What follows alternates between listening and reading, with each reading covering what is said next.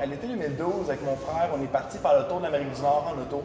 On a fait au total pas loin de 17 000 km de route en 2 mois pour faire les plus beaux spots d'escalade aux 4 coins de l'Amérique.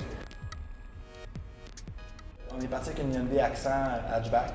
La Hyundai on a enlevé les bancs en arrière, on a rempli l'auto au complet. On avait 2 boîtes toulées sur le toit qui étaient pleines au complet aussi, donc l'auto était vraiment trop remplie. Ça représente beaucoup de matériel, je dirais, surtout quand on tombe dans l'aspect big wall, donc la haute paroi.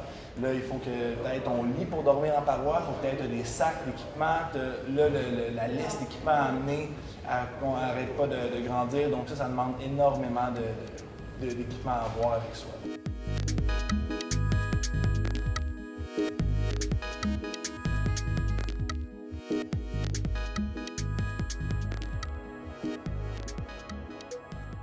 En Amérique, il y a une grosse culture, principalement d'escalade. Il y a beaucoup d'escalade traditionnelle. Donc, l'escalade traditionnelle, c'est en grimpant, on pose nous-mêmes nos coinceurs dans la roche. Et je dirais, si tu ne fais pas d'escalade traditionnelle, ça ne vaut pas nécessairement la peine de faire le tour de l'Amérique du Nord pour grimper, parce que tu vas arriver dans plein de spots où tu ne peux rien faire parce que tu ne fais pas d'escalade traditionnelle. Donc, et nous, c'est une des raisons pourquoi on a commencé à faire ce type d'escalade-là.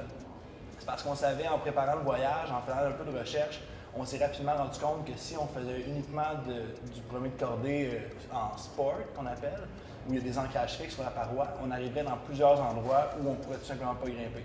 Donc on a dit, bon, ben on n'a pas le choix, on s'équipe, on achète des coinceurs, puis on suit les formations, on prend l'expérience, puis on veut faire le voyage.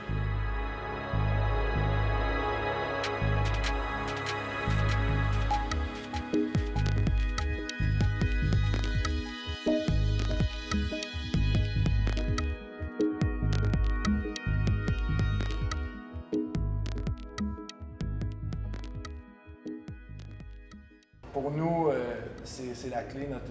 On s'est dit dès le début du voyage, le but du voyage, c'est « have fun, come home ». Donc, on va s'amuser et on revient à la maison après.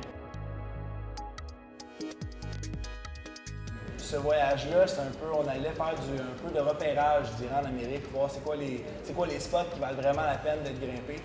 Et définitivement, nous, on va retourner en vallée de Yosemite. On a des gros projets de grimpe là-bas.